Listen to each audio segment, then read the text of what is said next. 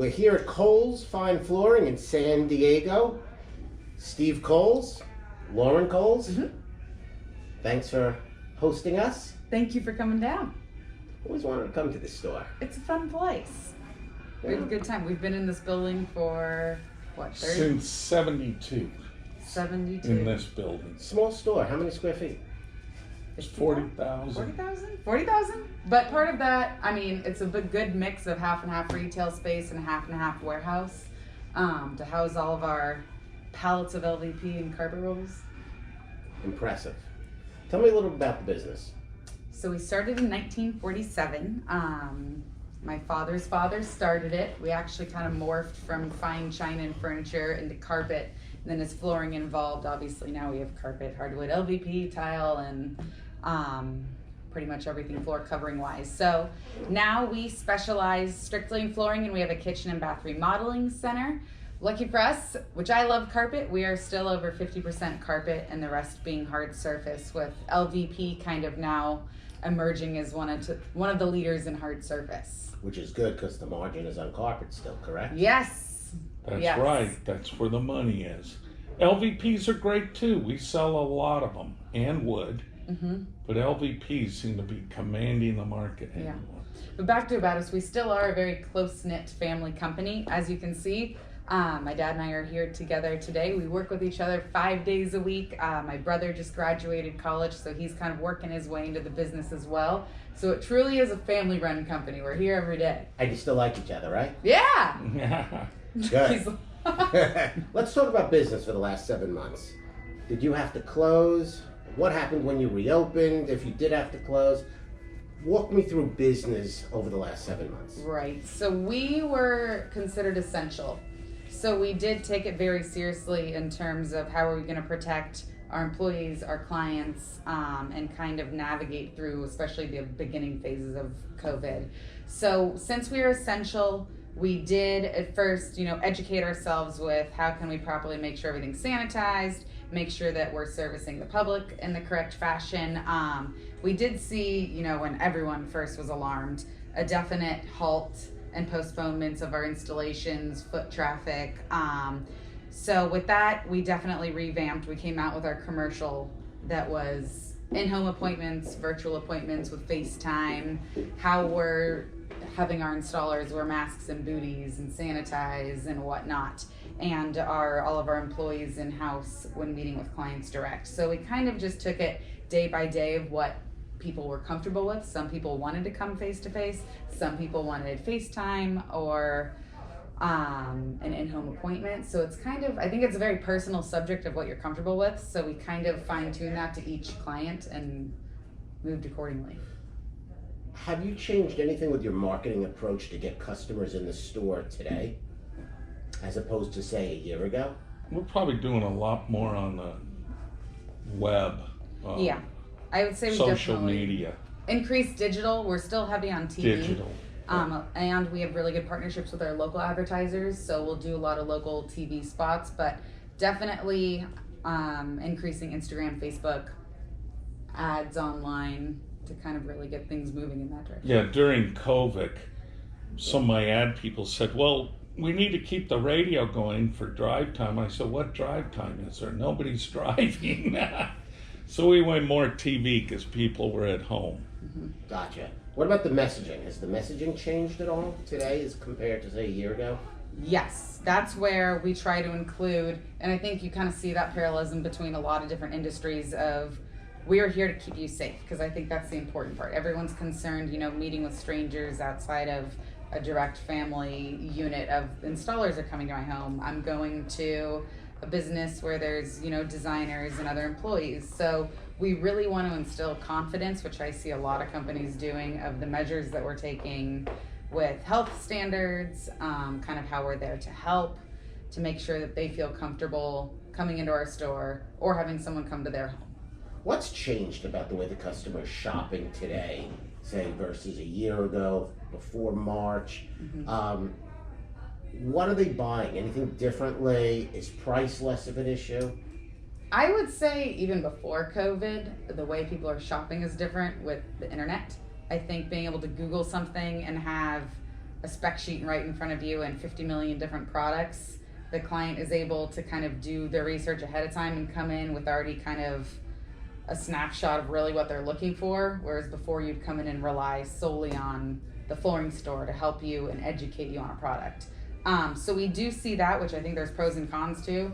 Pros, they are a bit more educated, but cons, I mean, it's kind of trying to make yourself a pro at something after Googling for 20 minutes, which sometimes I think is beneficial and other times may kind of steer you in maybe an incorrect decision where there could be something else out there that better suits their needs. So I think it's a day by day. COVID, I would say not really in terms of what they're buying is different. I would say it's more the technology of the internet, but also I'd say price of that definitely has impacted, especially when you see the big box floor and decor and Home Depot of price. But that's where I think we try to at least focus our direction more in how can we help the customer and provide the utmost in customer service and really focus on the value rather than just that ultra competitive lowest price point product. What has the last 7 months or so taught you? You learned anything over the last 7 months? I would say be patient and very understanding of the client. I think at least in San Diego, which has been a very big roller coaster of the COVID dilemma, is 1 minute we have restaurants open, the next minute everything's closed, the next minute it's reopening, which we've noticed our foot traffic, wouldn't you say? When everything reopens, everyone comes back, and then as soon as there's a public announcement of cases are surging, everyone kind of shuts back down. So it's been definitely just kind of a learning curve of acclimating to how the public feels in terms of COVID. Back in the spring, a lot of people were telling me customers were spending less time in the stores, they were doing more homework before they were coming in, close ratios were higher than ever because they were shopping fewer stores. You still seeing any of that? Yes, but if you look at our showroom, especially like we said in the beginning, we have 40,000 feet. We do a really good job at not just making it seem like when you come into a store, you look at some samples and then you leave. We make it a customer experience. So you come in and we have the comfy furniture to match with the flooring that we have installed to show how you can pull together an area rug with your new hard surfaces. So we really try to make it a fun experience to where you're in the showroom really looking and getting involved with the products and getting to know our designers who all have been in the industry for some decades that really have the expertise that goes beyond, I think, what a computer can provide to you. And that I don't think, and it ever will be able to, technology can replace that experience. Other than that, we do see though the in-home appointments a lot. People do like that if you show up to their home with a curated grab bag of samples for them to look at and see in their own space with the lighting, your furniture, your existing paint, whatnot. So I'm going to shift gears for a second. Recently got back from NFA in Savannah, yes, where I saw you. What were your thoughts? Glad they went through with it? Feel good to be back? Thoughts? yes. But my personal approach on COVID is I think it's something that we all need to be sensitive of, but I also think it's not something that's disappearing anytime soon. And it was really nice to have a normal setting and get together with everyone face to face and talk about flooring, talk about the business and see where everyone's at. I don't think you can do that with Zoom, unfortunately. I think it does well, but it doesn't replace having that in-person meeting experience. I mean, let's face it, most retailers are salespeople. I mean, we're selling all the time. We're people. We like people. Face to face.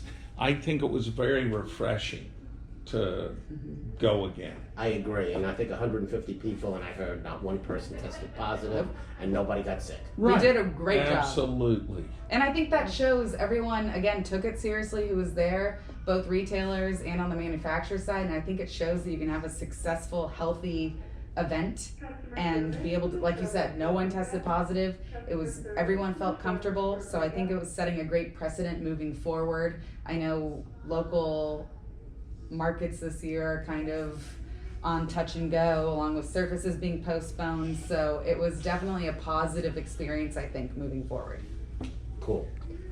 Suppliers, over the last 6 months, anybody that you want to mention that stepped up to the plate for you guys, or somebody that you're really doing well with over the last 6 months? I think being an NFA member too is being able to really get to know everyone and having that extra strong relationship with all the manufacturers. I think everyone did a really good job at stepping up to the plate, especially saying, hey, we know we're in rocky waters with, especially when COVID first hit, how can we help you with orders? How can we help you with clients? Or everyone did a really good job at that. I would say in terms of either before, during COVID, definitely the suppliers we've been doing extremely well with, whether it's stocking has been Shaw, Cali Bamboo, the Dixie Group. They've kind of been, and Karastan are leaders in terms of who we stock well with. So those, I would say, definitely are the biggest suppliers. Without giving away your top secrets, what advice would you give, say, a smaller retailer, about doing business in today's climate for increased success? Be ruthless with the overhead. Don't be afraid to advertise, but do it what you can afford. And sell. I think customer service. I think if you take... It is. Customer service is key to us. Taking care of your client, and if you can provide that long-lasting reputation that will bring back return business and creating that great loyalty, you're going to go back to a company that treats you well and provides not only the product, the expectations, but goes above and beyond. I think that is key to building a strong foundation. As a retailer, are you concerned about the election one way or another impacting your business going forward? Sure I am. Absolutely.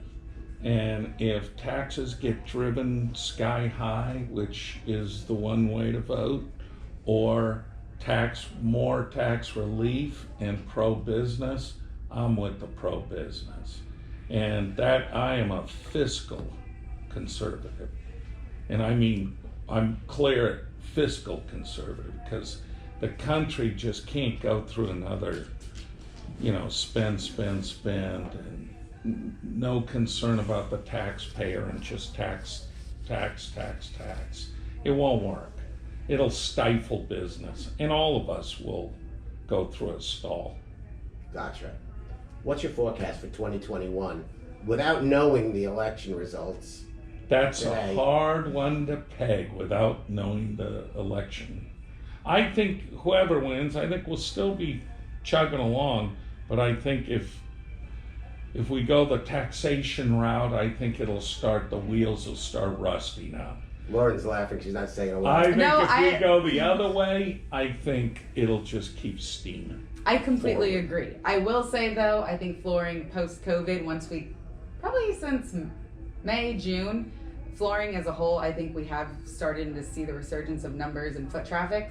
So I do have high hopes that maybe people it becomes a new normal, and it kind of gets back into normal routine. Because I know at the beginning of 2020, it was great. First quarter actually started out incredibly strong. Record years for a lot of people. Yes, so I'm hoping that once 2020 kind of settles back down, first quarter this year will hopefully have that same trajectory and move through the rest of the year. Are you surprised that you're doing as well as you're doing right now, if I would have asked you that in March?